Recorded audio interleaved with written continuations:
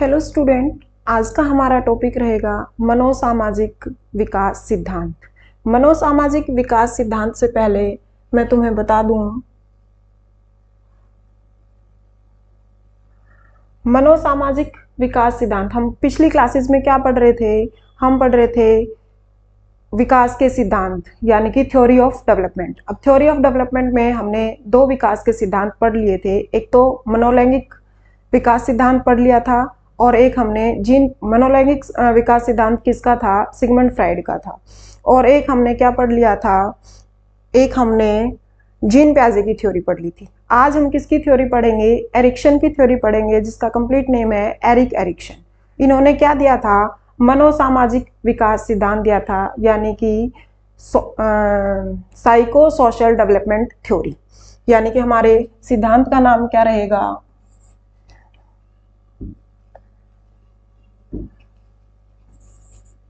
मनोसामाजिक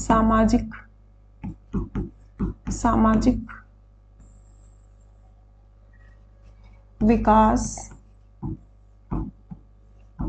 सिद्धांत। मनोसामाजिक विकास सिद्धांत किसने दिया था, ये दिया था एरिक एरिक्सन ने।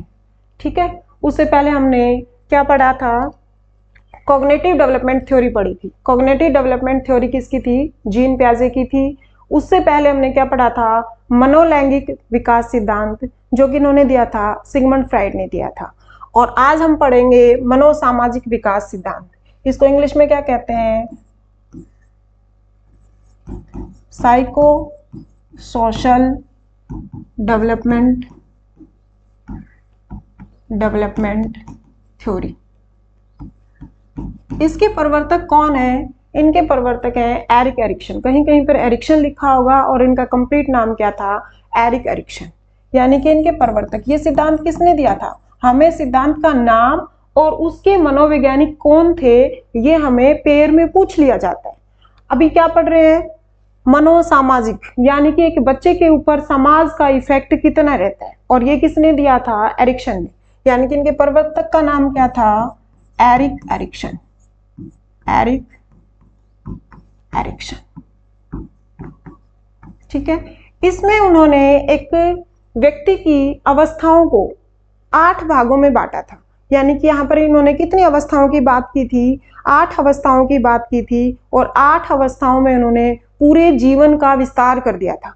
यानी कि जन्म से लेकर मृत्यु तक का डेफिनेशन, डिफाइन जीवन को, जन्म से लेकर मृत्यु तक किसने डिफाइन किया था, एरिक एरिक्सन ने। इसीलिए इस सिद्धांत का दूसरा नाम क्या बोला जाता है, जीवन विस्तार सिद्धांत। इसका दूसरा नाम क्या बोला जाता है, जीवन। बाकी जो मनोवैज्ञानिक थे वो पूरे जीवन को डिफाइन नहीं करते थे, वो किशोरावस्था तक करते थे, शैशवावस्था को करते थे, बाल्यावस्था को करते थे, किशोरावस्था को करते थे, या फिर गर्भावस्था से स्टार्ट कर देते थे। स्टैनली हॉल ने किशोरावस्था को अच्छे से डिफाइन किया था, बट इन्होंने एक व्यक्ति के पूरे जीवन को 8 अवस्थाओं में डिवाइड करके, 8 स्टेजेस में डिवाइड करके, यानी कि जन्म से लेकर मृत्यु तक एक व्यक्ति की सारी अवस्थाएं बताई थी। और वो अवस्थाओं को उन्होंने 8 भागों में बांटा था। इसीलिए इसको जीवन विस्तार सिद्धांत भी बोला जाता है, जीवन विस्तार सिद्धांत। इसी का ही नाम है ये, यानी कि मनोसामाजिक। उन्होंने क्या बताया था, मनुष्य के अंदर सामाजिकता का रोल ज्यादा रहता है। देखो, इनको क्या बोला जाता है, नव फ्राइडवादी बोला जाता है। अब फ्राइड कौन थे, सिगमंड फ्राइड। अब सिगमंड फ्राइड ने क्या बताया था कि किसी भी व्यक्ति के व्यक्तित्व के ऊपर कामुकता की प्रभाव ज्यादा रहता है, लिबिडो का प्रभाव ज्यादा रहता है। बट ये कामुकता और लिबिडो को ना मानकर ये समाज के प्रभाव को, वातावरण के प्रभाव को, आसपास के प्रभाव को ज्यादा मानते थे। वैसे तो इनका और सिगमंड फ्राइड का और इनका एरिक एरिक्सन का साथ साथ काम चल रहा था। जब सिगमंड फ्राइड ने व्यक्ति के व्यक्तित्व को बताने के लिए कामुकता की अधिकता बताई, वो हर चीज में कामुकता या लिबिडो को आगे लगा देते थे, इसलिए इन्होंने अपना अलग से काम करना स्टार्ट कर दिया। और इनको ही क्या कहा जाता है, इनको नव फ्राइडवादी कहा जाता है। क्योंकि फ्राइडवादी तो कौन थे, सिगमंड फ्राइड। सिगमंड फ्राइड से इन्होंने एक अलग सिद्धांत को निकाला जिसके अंदर सामाजिकता का रोल अधिक बताया, इसलिए इनको क्या कहा जाता है, नव फ्राइडवादी। जीवन विस्तार सिद्धांत को क्या बोलते हैं? Life span theory. इसी को इंग्लिश में क्या बोलते हैं? Life span theory. इसको क्या बोलते हैं? Life span theory. ठीक है। और इन प्रवर्तक को क्या बोला जाता है? नव्वे फ्रायडवादी। आपसे पूछा जाता है नव्वे फ्रायडवादी। नव्वे फ्रायडवादी क्यों बताया? क्योंकि ये सिगमंड फ्रायड की कामुकता वाली बात पर संदेह प्रकट किया था। उस बात को ये अधिकता नहीं देते थे। इन्होंने कहा कि व्यक्ति का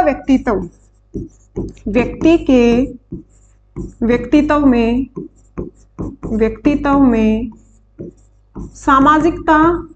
सामाजिक वातावरण की अधिकता होती है। सामाजिक वातावरण की अधिकता होती है। ठीक है। इसीलिए इन्होंने सिगमंड फ्रायड से अलग काम किया और इसलिए इनको नव फ्रायडवादी भी कहा जाता है। इन्होंने अपनी एक बुक लिखी थी चाइल्डहुड एंड सोसाइटी, यानी कि इनकी पुस्तक का नाम क्या है? इनकी पुस्तक का नाम है चाइल्डहुड। आपको बुक्स के नेम इंग्लिश में याद करने हैं। Childhood and society. ये बुक कब लिखी थी? 1950 में लिखी थी।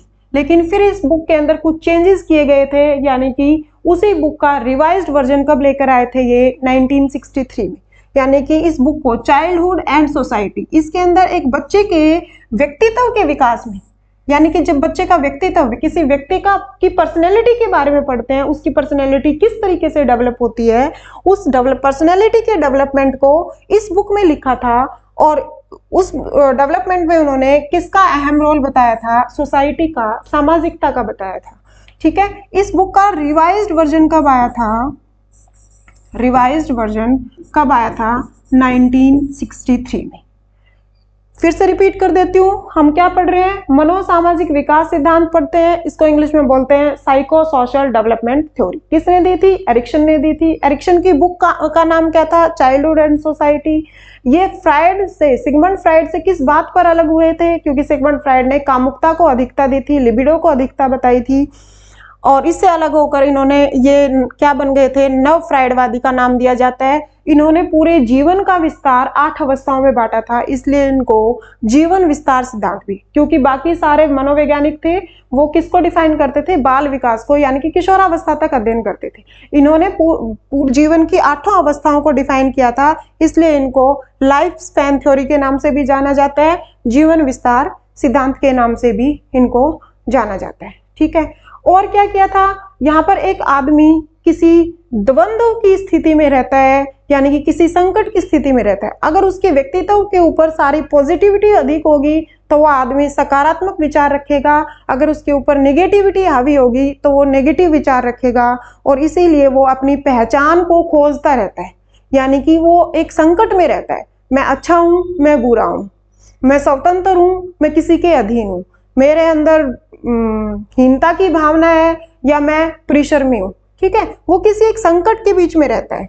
वो एक व्यक्ति पूरे जीवन पर्यंत किस में रहता है? संकट में रहता है। अब संकट के इधर क्या रहती है? कुछ पॉजिटिव चीजें होती हैं, और इधर क्या रहती हैं? कुछ नेगेटिव चीजें रहती हैं,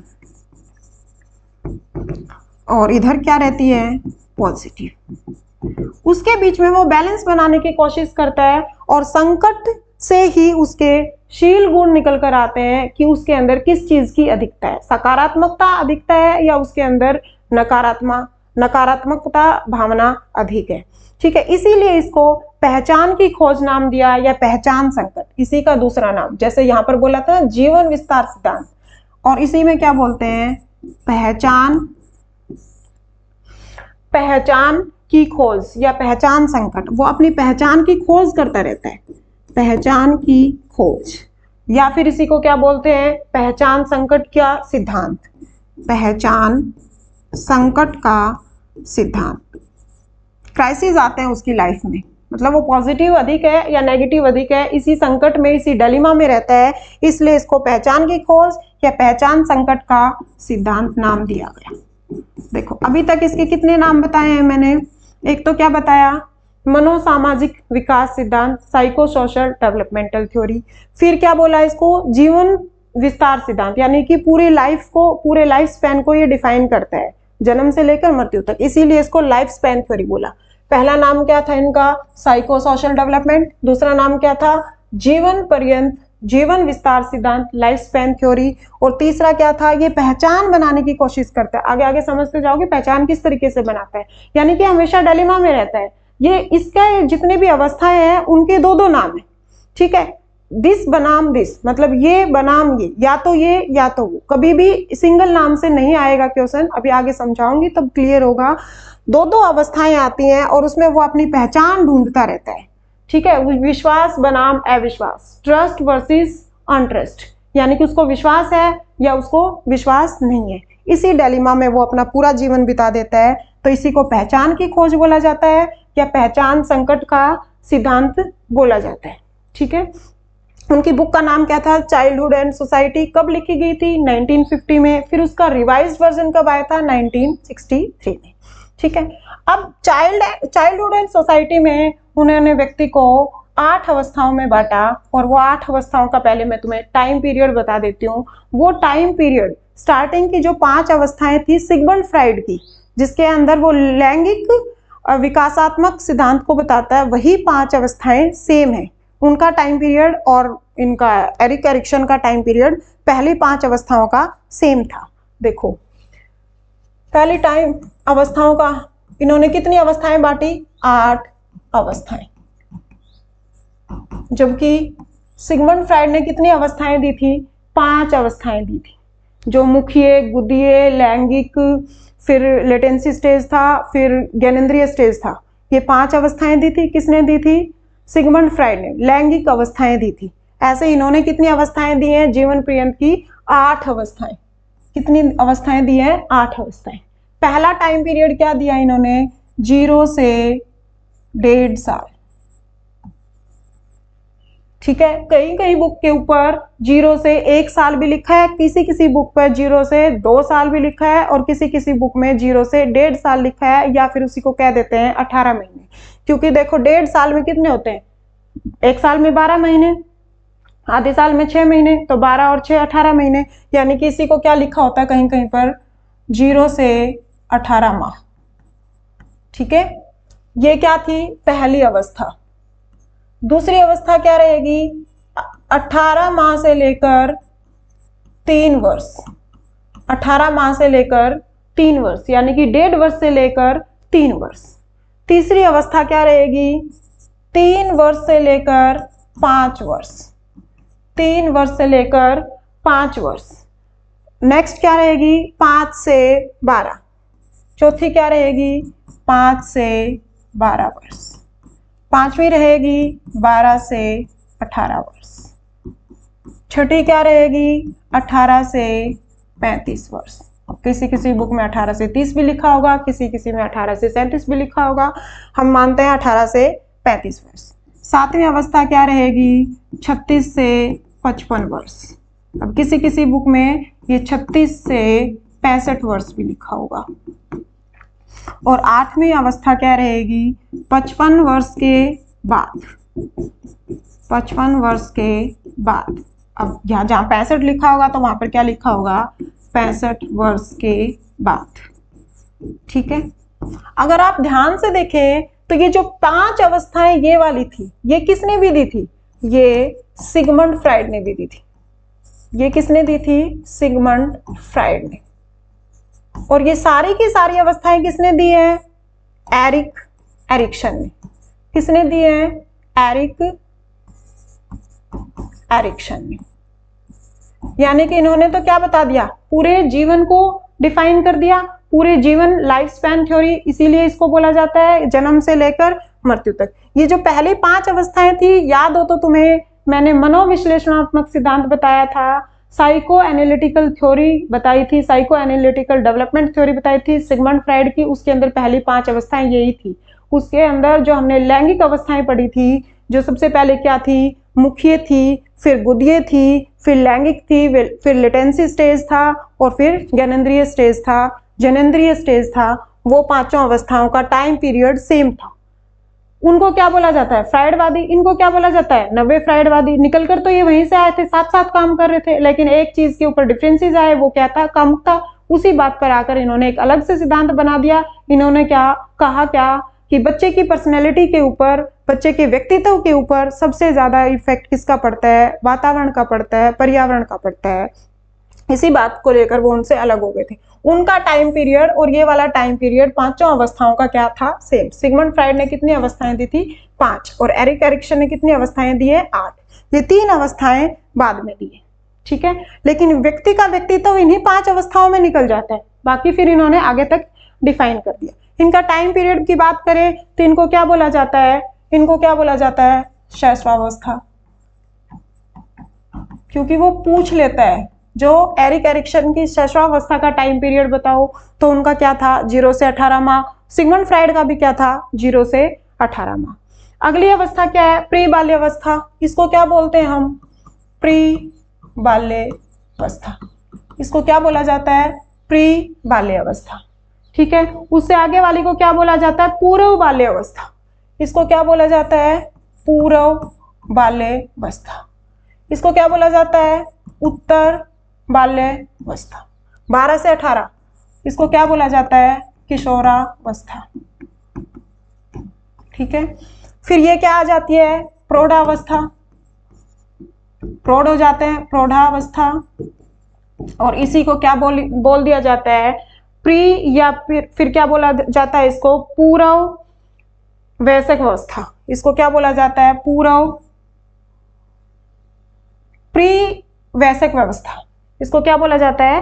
प्रौढ़ावस्था या फिर पूर्व वयस्क अवस्था।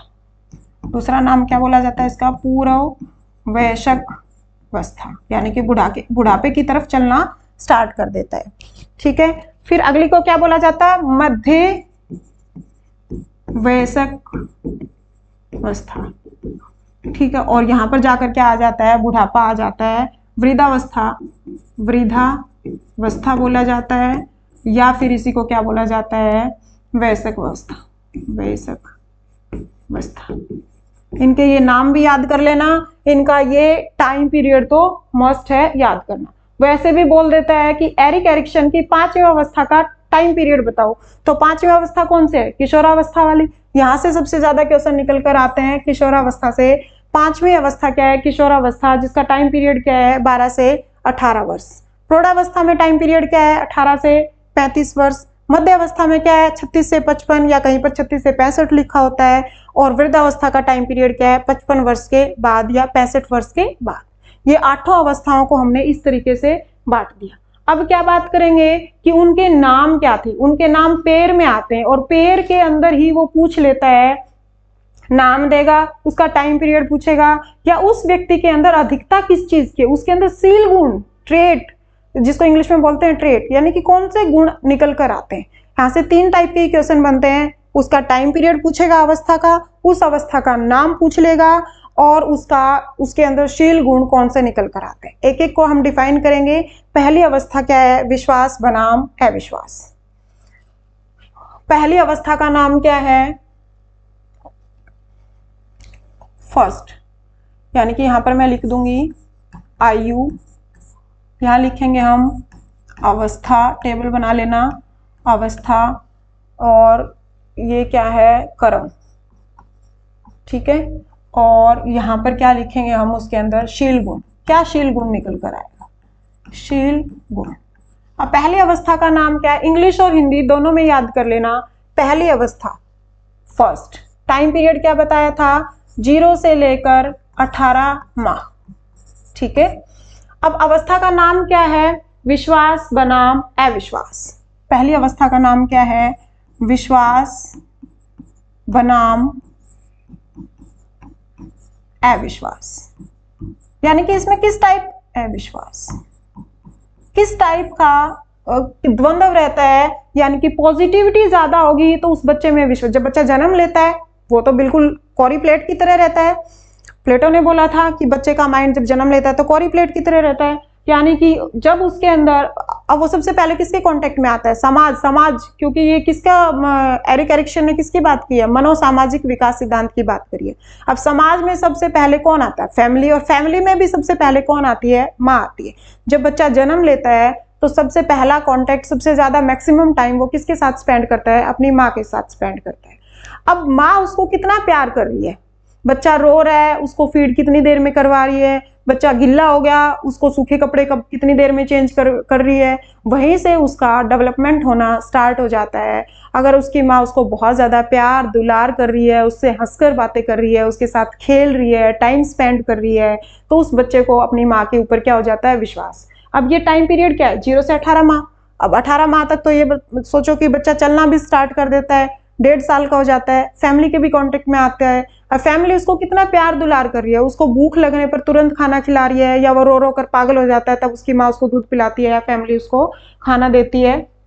यानी कि अपनी फैमिली के प्रति उसका कितना विश्वास होता है। अगर वो सब पॉजिटिव रहता है, सकारात्मक सारे काम चल रहे होते हैं, तो बच्चे के अंदर विश्वास की भावना बढ़ जाती है, और अगर नकारात्मक काम बढ़ रहे हैं तो बच्चे के अंदर अविश्वास की भावना आ जाती है। यानी कि बच्चा यहाँ पर क्या करता है, उसके अंदर कौन से गुण डेवलप होते हैं? वो किसी अपनी फैमिली से क्या करता है? अपनी माँ से क्या रखता है? आशा रखता है, होप रखता है। उसकी माँ जैसे ही वो रोएगा, क्योंकि बच्चा स्टार्टिंग में बता नहीं पाता कि वो भूखा है या उसको कहीं पेट दर्द है, कहीं पर भी पेन हो रहा है, वो रो कर बताएगा। अब रो कर बताते ही उसकी बात का सॉल्यूशन हो गया, तो उसका अपनी माँ पर विश्वास बढ़ गया। अगर वो रोता रहता है, उसकी माँ को कोई फुर्सत ही नहीं है, फोन देख रही है, घर के कामों में बिजी है, या और भी एक्स्ट्रा काम कर रही है, तो उस बच्चे को उस टाइम पर क्या भावना आने लग जाती है? अविश्वास की भावना आने लग जाती है। यानी कि उसके अंदर जब पॉजिटिव गुण आते हैं तो वो क्या रखता है? शील गुण कौन से डेवलप होते हैं? उसके अंदर आशा के शील गुण डेवलप होते हैं। और यहाँ पर पूछ लिया जाता है कि विश्वास बनाम अविश्वास में कौन से गुण डेवलप होते हैं बच्चे के अंदर? बच्चे के अंदर आशा के गुण। आशा को इंग्लिश में क्या बोलते हैं? होप। इसका इंग्लिश में नाम क्या है? Trust versus untrust, trust versus mistrust, trust versus mistrust, mistrust. बच्चे को विश्वास होगा अपनी फैमिली के ऊपर, अपनी माँ के ऊपर, अपने वातावरण के ऊपर, समाज के ऊपर, तो उसके अंदर अपने आप ही विश्वास की भावना आने लग जाएगी। अब समाज में वो किसको काउंट करते हैं यहाँ पर? माँ को या फिर परिवार को। ठीक है। अब सेकंड अवस्था क्या आती है? स्वतंत्रता बनाम संदेह। स्वतंत्रता बनाम संदेह, यानी कि इसका टाइम पीरियड क्या था? 0 से 18 माह पहली अवस्था का था, और 18 माह से लेकर या 1.5 साल से लेकर 3 साल तक, 3 वर्ष तक, इसको क्या बोला जाता है? स्वतंत्रता बनाम संदेह। इस टॉपिक से जब भी क्वेश्चन आता है तो ये नाम पेयर में दिए होंगे। अगर सिंगल नाम दिया विश्वास की अवस्था, तो इसका मतलब ये एरिक्सन वाले टॉपिक से, मनोसामाजिक विकास सिद्धांत से नहीं पूछा गया, फिर ये कहीं और से पूछा गया है। यहाँ पर हमेशा पेयर में नाम आते हैं, विश्वास बनाम अविश्वास, ट्रस्ट वर्सेस मिसट्रस्ट। दूसरे का नाम क्या था? स्वतंत्रता बनाम संदेह, स्वतंत्रता बनाम संदेह, संदेह। ठीक है। अब बच्चा यहाँ पर क्या हो जाता है? 18 माह से 3 वर्ष का हो जाता है, यानी कि नर्सरी स्टेज होती है उसकी, प्री नर्सरी स्टेज होती है, स्कूल तो वो उस टाइम पर जाता नहीं है।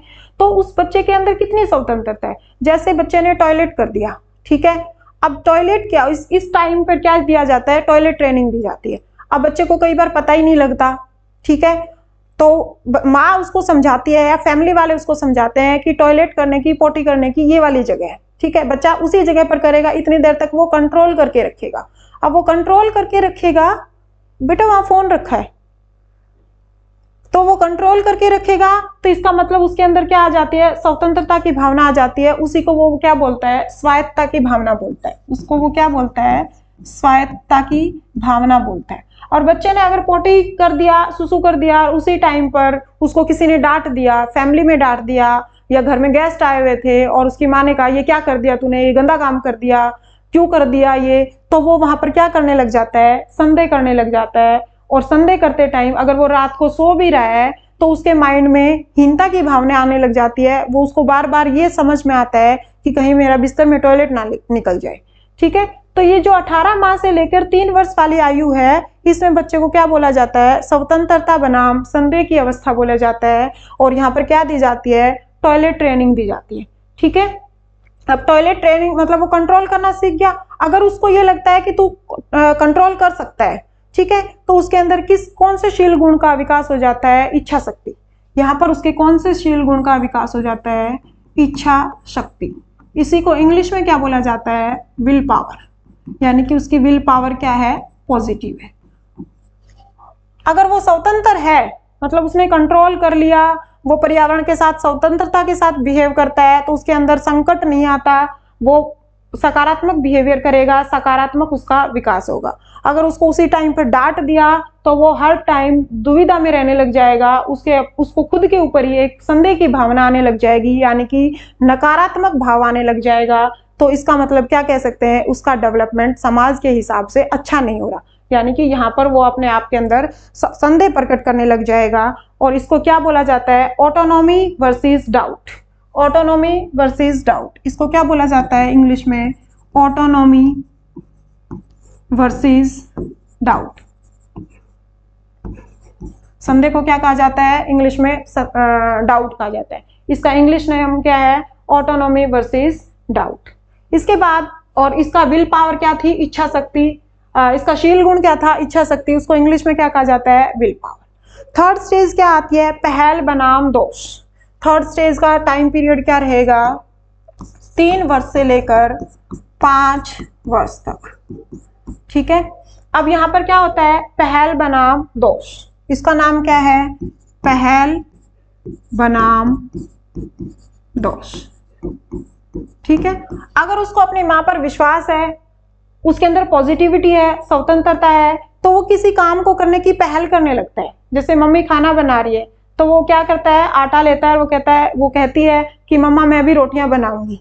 वो आटा गिरा देगी और वो रोटी बनाने की कोशिश करेगी, टेढ़ी मेढ़ी बनाएगी, आटे को खराब कर देगी। अगर उसकी मम्मी उस टाइम पर कुछ नहीं कहती है तो यानी कि उसके अंदर पहल की भावना आती है।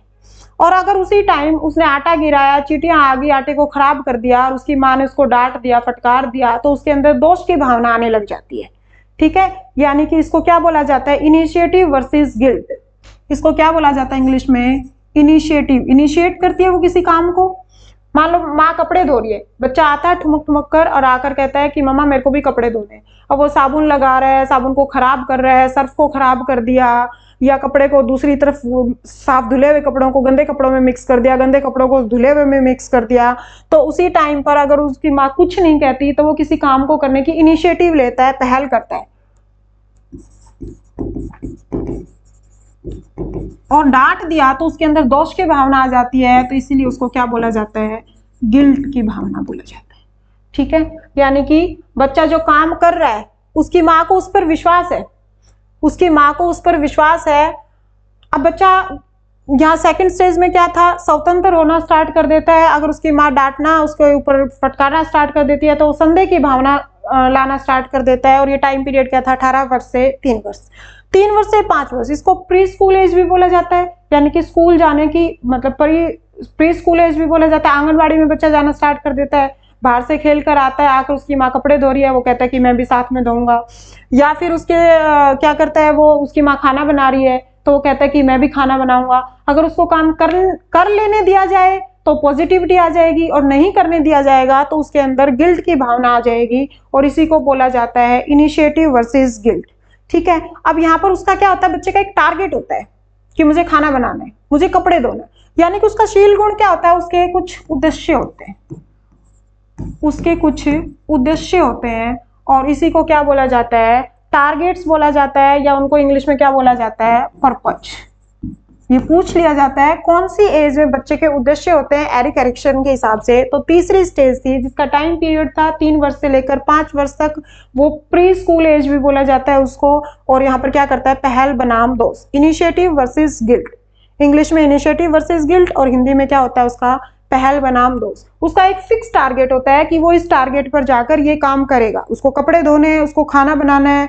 अब बड़े माँ खाना बना रही है, बड़े लोग क्या करते हैं, दादा दादी को खाना पकड़ाते हैं, तो बच्चा कहता है कि मुझे हाथ में प्लेट दो, मैं भी खाना पकड़ा कर आऊंगा। वो टेढ़ा मेढ़ा गिराता हुआ जाता है, उसकी कोई बात नहीं, रोटी गिर गई, उसको डांटना नहीं चाहिए, तो वो एक कोशिश करता है। और अगर उसको उसमें डांट दिया जाए तो वो अपने अंदर दोष की भावना को प्रकट कर लेता है, उसके अंदर एक संकट आ जाता है और वो बैलेंस नहीं बना पाता है। फोर्थ स्टेज क्या है, परिश्रम बनाम हीनता। अब परिश्रम बनाम हीनता, यहाँ पर बच्चा स्कूल जाने लग जाता है। ये एज क्या है, 5 से 12 वर्ष। अब यहाँ पर क्या होता है, बाल्यावस्था होती है, बच्चा कहाँ जाता है, स्कूल जाता है। यानी कि इसका नाम क्या है, परिश्रम बनाम हीनता। बच्चे का एक टेस्ट हुआ, उसके अच्छे नंबर आए, टीचर ने उसको कहा वेरी गुड, तो वो और ज्यादा मेहनत करता है। ठीक है, कि कोई एक बच्चा हमारी एज में भी मान लो हमारा एक पेपर क्लियर हो गया, हमने मेहनत करी, हमने परिश्रम किया और हमारा एक पेपर क्लियर हो गया, प्री पेपर क्लियर हो गया, तो हमारे अंदर परिश्रम की भावना आ जाती है। और हमने बहुत पढ़ाई करी और उसके बाद हमारा रिजल्ट अच्छा नहीं रहा, तो हमारे अंदर क्या आ जाती है, हीनता की भावना आ जाती है। अगर इस स्टेज के ऊपर घर वाले, फैमिली वाले, आस पड़ोस वाले या टीचर उनको ये कहते कि कोई बात नहीं, जब पढ़ेंगे पेपर देंगे तो जरूरी नहीं है कि फर्स्ट टाइम में सब पास हो जाए, तुमने मेहनत तो करी, तुम और अच्छा करो, तो और मन करता है परिश्रम करने का। और अगर उस टाइम पर उसको ये कहा जाता है कि कुछ नहीं करता, तुम्हें कुछ नहीं आता, तुम नालायक हो, तुम जिंदगी में कुछ कर ही नहीं सकते हो, तुम्हें ये भी नहीं आता, तुम्हें वो भी नहीं आता, तो बच्चे के अंदर हीनता की भावना आ जाती है। टाइम पीरियड क्या था, 5 से 12 वाला, यानी कि बच्चा स्कूल जाता है, बाल्यावस्था में होता है। और इसके अंदर क्या होता है कि अगर वो काम करता है, परिश्रम करता है, तो उसके अंदर कौन सा शील गुण आ जाता है, सामर्थ्यता। सामर्थ्यता, ठीक है। इसको इंग्लिश में क्या कहा जाता है, सामर्थ्यता को कॉम्पिटेंसी। ठीक है, इसको क्या कहा जाता है, कॉम्पिटेंसी की भावना आ जाती है। ये कौन सी स्टेज थी, 4th स्टेज थी। अब 5th स्टेज में बच्चा कहाँ पहुंच जाता है, किशोरावस्था में पहुंच जाता है। 5वीं स्टेज है, उसके काफी इंपॉर्टेंट क्वेश्चंस बनते हैं और वहां पर वो क्या करता है, अपनी पहचान बनाने की कोशिश करता है। पहचान बन गई तो वो पॉजिटिव है, क्योंकि किशोरावस्था के बारे में किसने बोला था, ये तूफान, दबाव, संघर्ष की अवस्था है, स्टैनली हॉल ने बोला था। और इसके अंदर अगर उसकी पहचान बन गई तो वो पॉजिटिव है। अगर पहचान नहीं बनी तो उसके अंदर क्या आ जाता है, द्वंद्व की भावना आ जाती है, यानी कि वो कंफ्यूज रहना स्टार्ट कर देता है। इस पांचवी अवस्था का नाम क्या है, 5वीं अवस्था का टाइम पीरियड देखो पहले तो 12 से लेकर 18 वर्ष तक।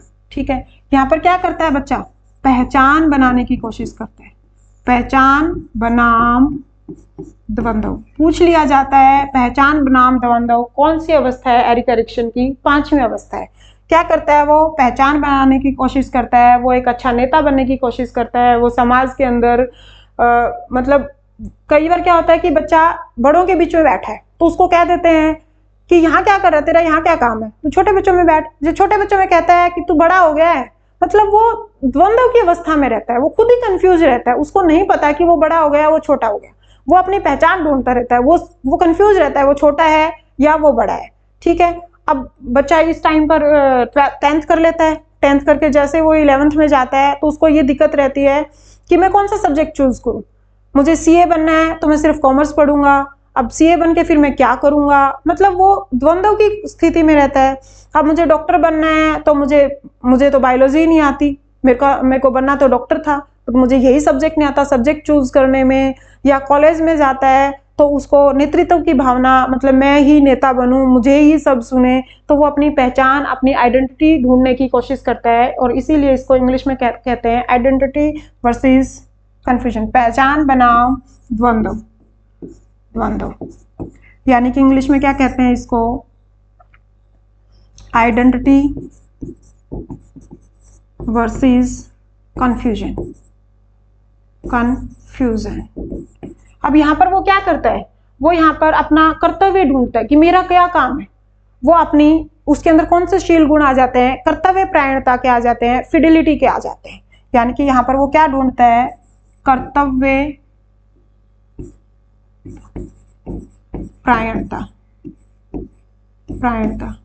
कर्तव्य परायणता ढूंढता है, या उसके अंदर कौन से गुण आ जाते हैं, फिडिलिटी की भावना आ जाती है।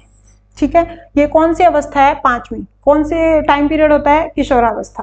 किशोरावस्था के बारे में सबसे ज्यादा काम किसने किया था, स्टैनली हॉल ने। स्टैनली हॉल ने ही क्या कहा था, ये संघर्ष, तूफान और दबाव की अवस्था है और ये पहचान ढूंढने की स्टार्ट करता है।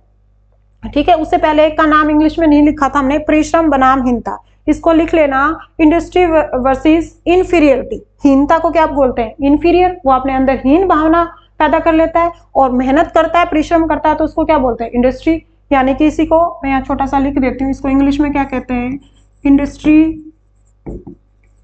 इंडस्ट्री वर्सेस हीनता को क्या बोलते हैं, इन्फीरियरिटी। इन्फीरियरिटी। ठीक है, अब आती है छठी अवस्था।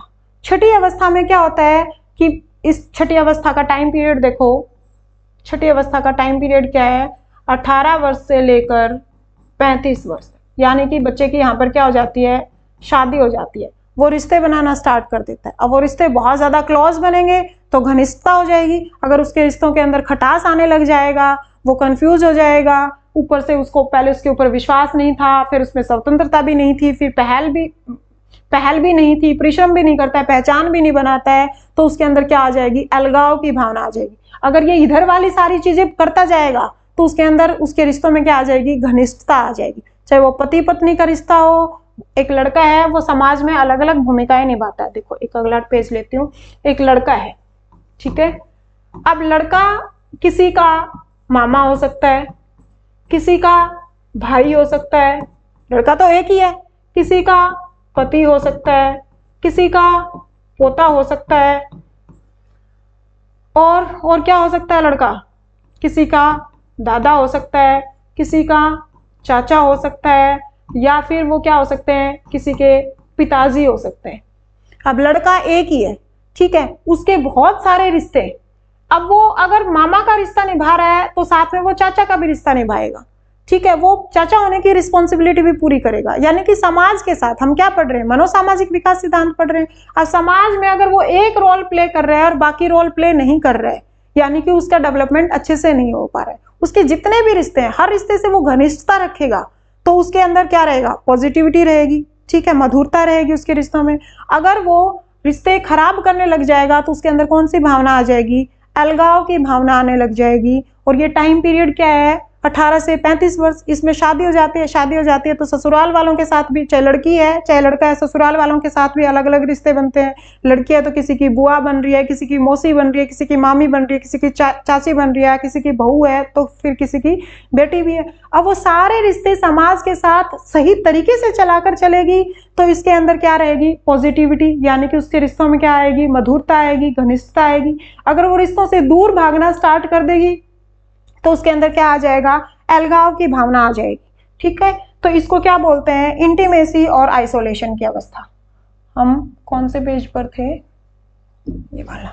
यानी कि 18 से 35 के अंदर बहुत सारे प्रेम की भावनाएं आती हैं और बहुत सारे अलगाव की भावना आती हैं। तो इस 18 से 35 वर्ष वाली, इसमें शादी हो जाती है बच्चे की और इसके अंदर क्या बनती है, किसी भी रिश्ते को लेकर घनिष्ठता आती है, घनिष्ठता बनाम अलगाव, बनाम अलगाव, ठीक है। अब इसके अंदर शील गुण क्या आएगा, प्रेम का, या फिर उसी को क्या कहते हैं, लव। अब घनिष्ठता को क्या बोलते हैं, इंटीग्रिटी या इंटीमेसी, और अलगाव को क्या बोलते हैं, आइसोलेशन। इंटीमेसी, उसके रिश्तों के बीच में कैसे इंटीमेसी है, पॉजिटिव है तो घनिष्ठता है, और उसके साथ अलगाव की भावना है तो उसको क्या बोलते हैं, आइसोलेशन। आइसोलेट कर देना, अपने आप को अलग थलग कर देना, ठीक है। अब अलग थलग कब करेगा, जब उसको खुद के ऊपर विश्वास ही नहीं था, वो संदेह की अवस्था में रहता है, उसको गिल्ट रहता है, उसने कुछ गलत काम किया है, या वो द्वंद्व की अवस्था में रहता है, उस टाइम पर उसके अंदर क्या आ जाता है, आइसोलेशन आ जाता है। Intimacy versus isolation.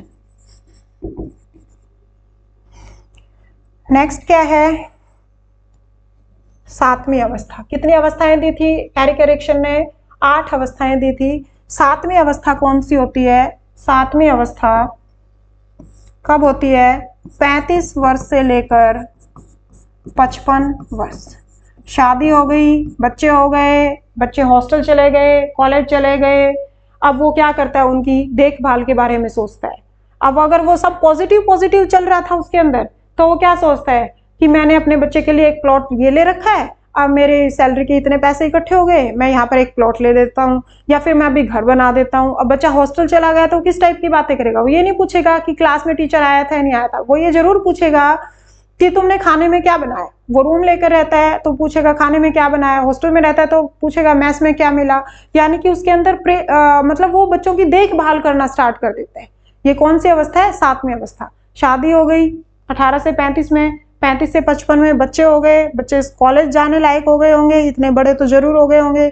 अब वो उनकी देखभाल करना स्टार्ट कर देता है, उनके फ्यूचर के बारे में सोचना स्टार्ट कर देता है। इसको बोला जाता है उत्पादकता और निष्क्रियता। अब घनिष्ठता थी तो रिश्ते बने होंगे, तो वहां पर क्या रही होगी, उत्पादकता, ठीक है। और बनाम अगर रिश्ते अच्छे नहीं रहे होंगे, अलगाव रहा होगा, तो उसके रिश्ते हैं ही नहीं, तो वो कैसा रहेगा, निष्क्रिय। उसको कोई निष्क्रियता, उसको कोई मतलब नहीं है कि वो बच्चों के लिए प्लॉट खरीदे, बच्चों का एडमिशन के लिए पैसे इकट्ठा करे और अच्छे स्कूल में पढ़ाए, फॉरेन भेजे, या वो बच्चों के डेवलपमेंट के अंदर मतलब वो कुछ भी काम करे। वो कैसी भावनाएं रखेगा, अपनी निष्क्रिय भावना रहेगा, उसको बच्चों से कोई लेना देना नहीं है, ठीक है। उत्पादकता मतलब पॉजिटिव करने की कोशिश करेगा, और इसके अंदर शील गुण क्या आ जाता है, देखभाल।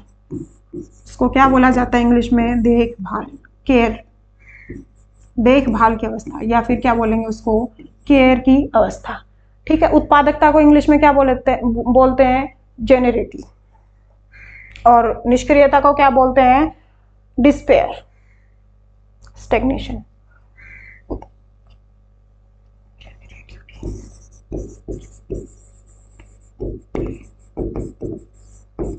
वर्सेस निष्क्रियता को क्या बोलते हैं, स्टैग्नेशन, स्टैग्नेशन, ठीक है। और शील गुण क्या आ जाएगा उसके अंदर, देखभाल का आ जाएगा। लास्ट अवस्था क्या है उनकी, ईमानदारी। पॉजिटिव चीजें थी तो उनके अंदर क्या रहेगी, ईमानदारी, और निष्क्रियता है तो उसके हाथ में क्या रहेगी, निराशा। यानी कि 8वीं स्टेज, 8वीं स्टेज कब आती है, 55 वर्ष के बाद। किसी बुक में लिखा है 65 वर्ष के बाद। अब वो अगर पॉजिटिव था अपनी लाइफ में तो वो क्या रहेगा, ईमानदार रहेगा, 4 आदमी से बातें करने आएंगे, और वो अपनी, क्योंकि बुढ़ापा आ चुका है, अब बुढ़ापे में उसको क्या चाहिए, पति और पत्नी। सबसे ज्यादा पति और पत्नी को आपस में जरूरत कब पड़ती है, यहाँ इस वर्ष के, इस टाइम पीरियड के बाद 8वीं अवस्था में आकर उसको पति को पत्नी की जरूरत पड़ती है, पति को और पत्नी को पति की जरूरत पड़ती है। उससे पहले तो क्या होता है, यहाँ तक तो कोई फर्क ही नहीं पड़ता। फिर शादी आती है, लड़ाई झगड़े होते रहते हैं, चलता रहता है, जैसा डामाडोल स्थिति चलती रहती है। फिर इसके बाद वो क्या करता है, बच्चों के लिए जोड़ना स्टार्ट कर देता है, मैं बच्चों के लिए ये कर दूं, मैं बच्चों के लिए वो, मतलब वो बच्चों के लिए अपना जीवन जीना स्टार्ट कर देता है। और यहाँ पर आने के बाद वो खुद के बारे में सोचता है, वो बीमार है, उसको दवाई लेनी चाहिए। अब वो सब पॉजिटिव पॉजिटिव चल रहा था तो वो खुद को ठीक रखने की भी कोशिश करेगा। अगर नेगेटिव नेगेटिव चल रहा था, इधर वाली स्थिति चल रही थी, नकारात्मक विचार ज्यादा आ रहे थे, तो वो सोचेगा ठीक है, मर पड़ क्या मतलब है, तू जी कर क्या करेगा।